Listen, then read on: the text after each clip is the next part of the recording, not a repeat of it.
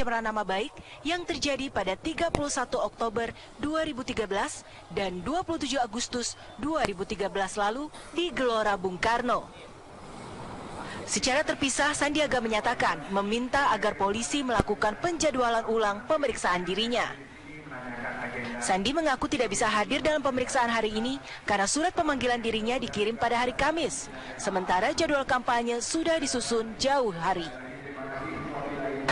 Sebagai warga negara yang baik, saya selama ini sangat patuh terhadap hukum, dan apa yang saya lakukan semua dalam koridor hukum, termasuk dalam kegiatan non bisnis saya, dalam kegiatan berlari itu kan juga kegiatan sosial kita keseharian, dan sepertinya apa yang diolah sekarang ini berkaitan dengan kegiatan sosial saya. Kedua, saya menyampaikan apresiasi kepada teman-teman di Polsek Tanah Abang, karena dengan teliti sekali mereka bisa menemukan kasus 4 tahun yang lalu, dan kalau misalnya ketelitian dari aparat Polri ini bisa seteliti Polsek Tanah Abang, saya yakin hukum kita akan semakin baik ke depan karena betul-betul teliti. Tim hukum saya tidak menemukan ini, dan ini saya apresiasi luar biasa kerjanya, dan luar biasa sekali, dan saya pastikan bahwa saya akan bekerja sama dengan pihak kepolisian. Menurut Sandi, kasus yang terjadi pada tahun 2013 tersebut dilatar belakangi adanya kesalahpahaman antara dua kelompok pelari.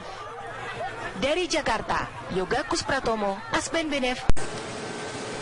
Sementara itu, tim advokasi Jakarta Bersih atau TAJI pada Kamis sore mendatangi kantor Bawaslu DKI Jakarta. Kedatangan tim advokasi Jakarta Bersih ini untuk melaporkan pasangan Anies Sandi atas kampanye janji 1 hingga 3 miliar rupiah di setiap RW di Jakarta. Pelaporan tim TAJI terhadap pasangan Anies Sandi ini dipicu dari janji kampanye 1 hingga 3 miliar rupiah di setiap RW di Jakarta pada saat deklarasi di markas Komando GL Pro di kawasan Jakarta Timur beberapa waktu lalu. Tim TAJI menilai bahwa paslon Anies Sandi diduga telah melakukan politik uang dan tidak sesuai dengan laporan program tim kampanye Anies Sandi ke KPU DKI Jakarta. Tim advokasi Jakarta Bersih mendesak petugas Bawaslu DKI Jakarta untuk segera menyelidiki kasus tersebut agar dalam putaran kedua Pilkada DKI Jakarta tidak diwarnai aksi politik uang.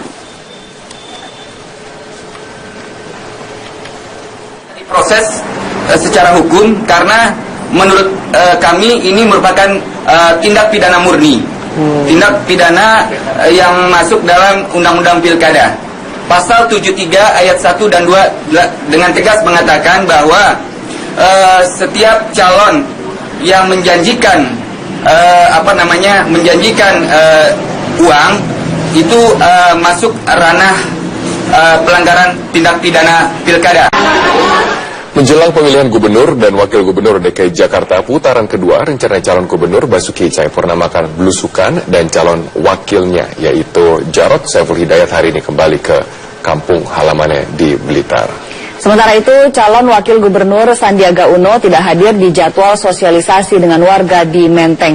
Untuk informasi selengkapnya akan disampaikan oleh Clara Alverina dan juga Minanti Rohanta langsung dari Jakarta. Pertama kita akan terhubung terlebih dahulu dengan Clara Alverina.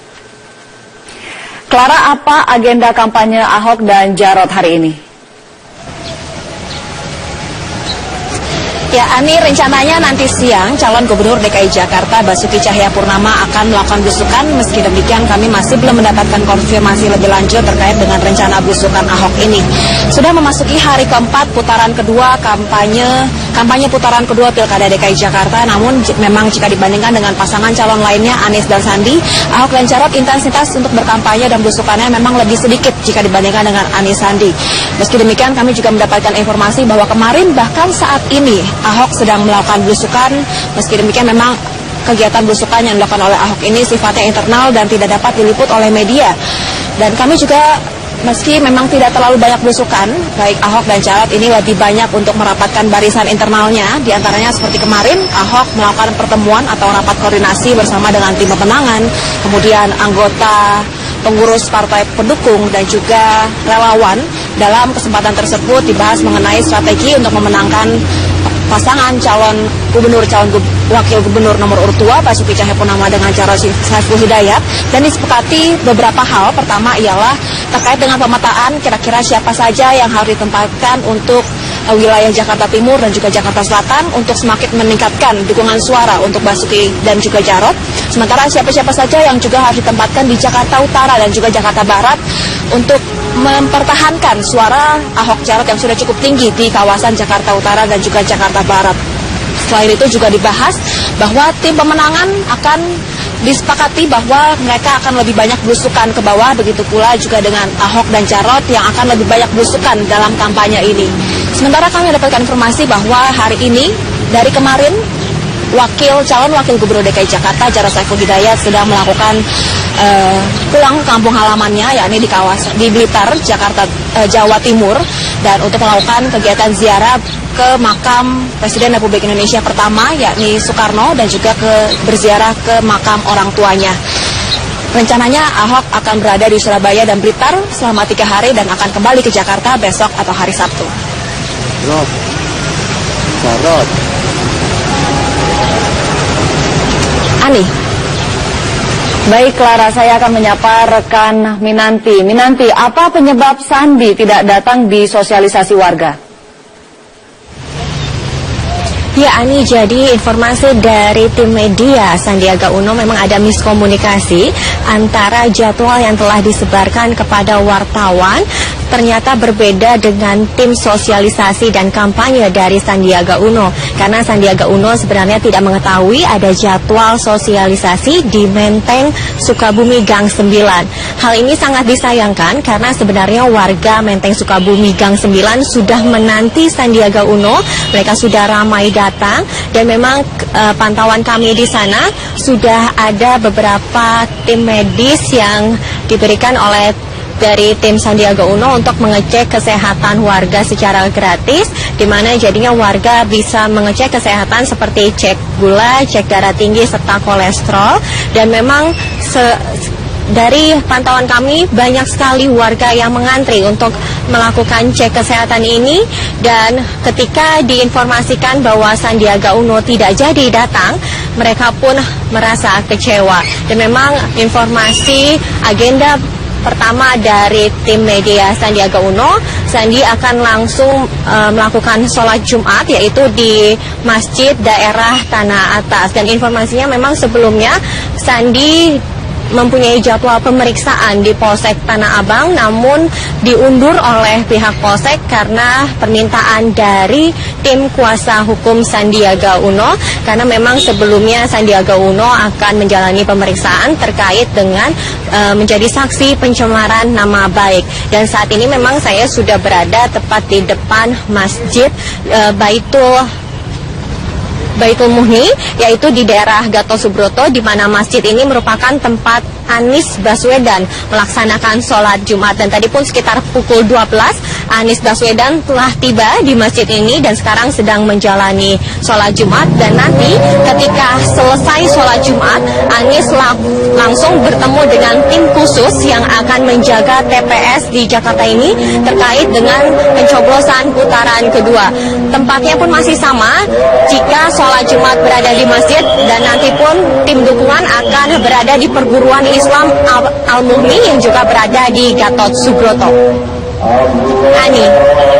Baik, Minanti Rohanta, terima kasih banyak atas laporan Anda. Sebelumnya ada Clara Alverina. Terima kasih banyak teman-teman, selamat kembali bertugas. Memasuki masa kampanye Pilgub DKI Jakarta putaran kedua, ada lembaga survei yang kembali merilis hasil survei terbaru. Salah satunya adalah lembaga yang merilis adalah Lembaga Media Survei Nasional atau Median. Bagaimana hasil survei lembaga ini dan kemana sekarang arah angin menuju? Kita akan langsung bergabung bersama dengan rekan maksud kami narasumber yang sudah hadir di studio Metro Pagi Prime Time, yaitu Mas Riko Marbun, peneliti Media Survei Nasional. Selamat pagi, Mas Riko. Selamat pagi. Terima kasih telah bergabung bersama dengan kami. Nah, apa saja hasil survei Median? Siapa yang front runner sekarang atau yang sedang unggul?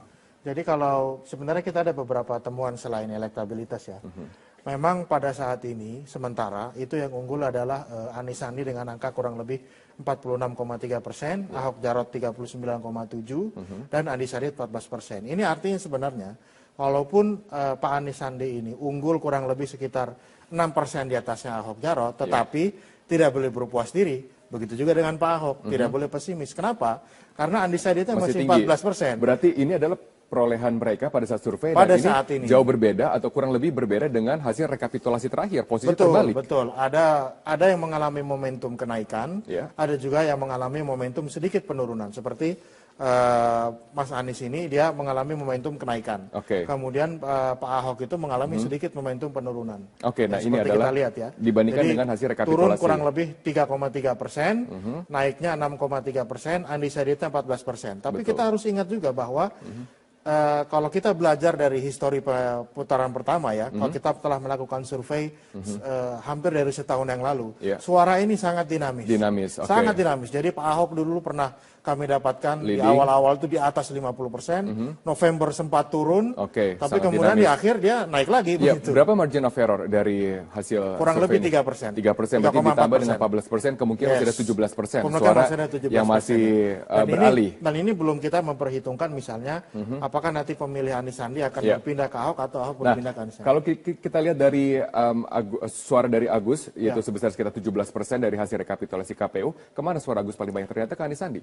Ya memang, jadi kalau kita melihat ya di sini, jadi hampir sepertiga dari pemilih Agus itu lari ke Anies Sandi. Tetapi lebih besar undecided ya? Ya, ada 10% yang ke Ahok, tetapi yang harus diingat adalah bahwa pertarungan ini belum usai. Jadi tidak sesederhana itu kita lantas menyatakan bahwa berarti hampir 50% yang tadinya sesuai dengan data KPU tidak memilih Pak Ahok, lantas semuanya pasti tidak memilih Pak Ahok. Kenyataannya kan tidak begitu. Kenyataannya masih ada hampir separuh lebih yang masih undecided, belum menentukan keputusan yang akan menjadi rebutan dari kedua belah pihak ini. Gitu. Lalu kita lihat misalnya masing-masing dari suara Ahok Jarot dan juga Anies Sandi. Seberapa banyak pemilih-pemilih yang masih loyal terhadap mereka di putaran kedua nanti? Secara umum sih sebenarnya ini relatif konstan ya. Artinya tingkat loyalitasnya sangat tinggi ya. 90,5 lawan 91%. Memang ada antara 2-3% yang berpindah. Tetapi saya melihat data ini, saya yakin sih sepertinya ini akan sangat sulit untuk pemilih Ahok pindah ke Anies, Anies untuk pindah ke Ahok. Berarti sangat sulit untuk merebut suara dari masing-masing lawan. Bukan berarti mustahil, bisa. Kita juga sudah melakukan survei apa saja faktor-faktor yang bisa merubah suara. Kira-kira apa saja faktor yang disukai dari masing-masing terhadap jagoan mereka masing-masing? Nah ini ada perbedaan yang menarik antara kedua orang ini. Jadi kalau Pak Ahok itu framing kompetensinya itu sangat tinggi. Jadi orang itu menganggap bahwa baik, kita bahas Pak Anies dulu. Anies dulu. Jadi Pak Anies Sandi ini dia ada dua hal sebenarnya ya, dua hal utama yang kita lihat dan ini tidak terlalu kentara di putaran pertama sebenarnya. Apa itu? Jadi pertanyaan ini kita lakukan secara terbuka, kita tanya Bapak Ibu, Anda pilih siapa? Ketika dia menjawab saya pilih Anies Sandi, apa alasannya? Mereka boleh jawab, terserah ya. Faktor yang pertama ini adalah pertanyaan terbuka. Faktor pertama itu adalah faktor identitas atau faktor agama. Ya, faktor yang kedua, nah ini muncul satu gelombang baru, mungkin karena tone negatif terhadap Pak Ahok ini masih tinggi sampai sekarang.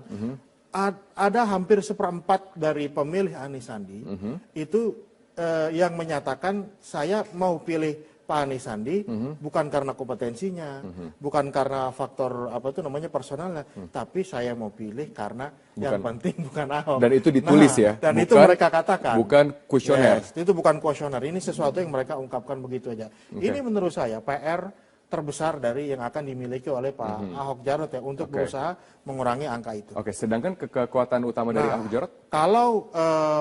Kalau kandidat Anies Sandi itu keunggulannya lebih kepada faktor eksternal, non kandidat, suasana yang terbangun.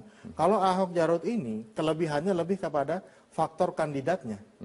Yang pertama itu adalah yang sangat besar, itu adalah pengalaman dan kinerja, 33,2%. Kemudian yang kedua adalah faktor bersih dari korupsi, integritas, 17,1%. Dan karakter, tegas, 15,7%. Jadi ini dua hal yang berbeda. Kalau yang satu itu bicaranya kompetensi, yang satu lagi tadi itu bicaranya tentang situasi politik yang terbangun di luar kandidat begitu ya. Baik. Kita akan melihat grafis berikutnya, yaitu mengenai kompetensi. Kalau kita lihat di sini survei yang Anda lakukan, bahwa Ahok Jarot di paling atas mengenai pertanyaan kompetensi. Iya, jadi ini ada satu anomali yang kita temukan ya, berbeda antara Pilkada Jakarta dengan pilkada-pilkada yang kami tangani di tempat lain. Kalau di tempat lain itu umumnya kalau kandidat petahana itu dianggap kompeten, dia akan dengan mudah melenggang masuk untuk terpilih kembali. Ini data ini menunjukkan anomalinya pemilih Jakarta. Jadi kalau kita tanya terhadap responden, Bapak Ibu, tolong Anda pilih antara Pak Ahok Jarot sama Pak Anies Sandi ini, menurut Anda siapa sih yang paling kompeten memilih Jakarta, memimpin Jakarta maksud saya? Ternyata hampir separuh lebih, 53,6% itu mengatakan bahwa Pak Ahok Jarot ini paling kompeten dibanding Anies Sandi. Tetapi Tetapi elektabilitasnya terbalik. 39%, ya, 39 berbanding 46%. 46 begitu. Berarti kan ini ada faktor non rasional atau ada faktor emosional di pemilih Jakarta yang itu menjadi PR besar bagi Pak Ahok Jarot. Bagaimana dengan tingkat kepuasan? Ini kan tingkat kompetensi. Bagaimana dengan tingkat kepuasan atas kinerja mereka? Secara konsisten sebenarnya ya petahana Pak Ahok Jarot ini dari hampir setahun yang lalu itu relatif sangat tinggi, selalu di atas 50%. Kami mendapatkan kisaran angkanya 70 sampai 75%, dan untuk survei ini memang kami mendapatkan sedikit turun, totalnya sekitar 65%. Orang yang puas? Yes, artinya turunnya mungkin sekitar 5%, mungkin karena faktor hujan, banjir, dan lain sebagainya. Tapi overall sebenarnya publik itu menilai bahwa Pak Ahok ini masih kompeten. Nah, tinggal problem non rasional ini yang harus diselesaikan. Berarti itu anomali di Jakarta. Mereka dinilai paling kompeten, mereka yang dinilai juga paling puas, tetapi tingkat kepuasan tinggi, tapi juga keterpilihannya tidak cukup tinggi. Masih lebih. Nah, jika nanti ada putaran kedua, kemudian per partai pendukung Agus, yaitu Demokrat, PKB, P3, dan juga PAN, kemana suara mereka akan beralih? Jadi kalau kita bisa melihat ya, terutama pendukungnya Agus Silvi begitu ya, Demokrat, PKB, P3, PAN, ini semua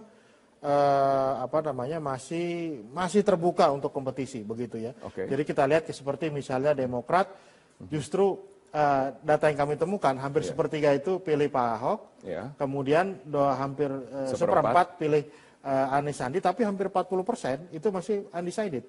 Begitu juga dengan PKB, undecidednya hampir 50%. P3 undecidednya hampir 50%. PAN undecidednya lebih dari 50%. Jadi sebenarnya proses tarik-menarik ini masih harus berlangsung selama 2 bulan ke depan. Kampanye belum selesai. Betul, ini juga dimungkinkan karena masing-masing dari partai ini belum menentukan sikap begitu di tingkat dengan kandidat tinggi. Begitu juga dengan kandidat. Oke, baik. Terima kasih telah bergabung bersama dengan kami, Mas Riko Marbun, peneliti dari Media Survei Nasional. Dan hasil dari ini akan kami bahas bersama dengan nantinya, yaitu tim sukses masing-masing pasangan calon dalam dialog berikutnya. Tetaplah bersama kami akan segera kembali sesaat lagi.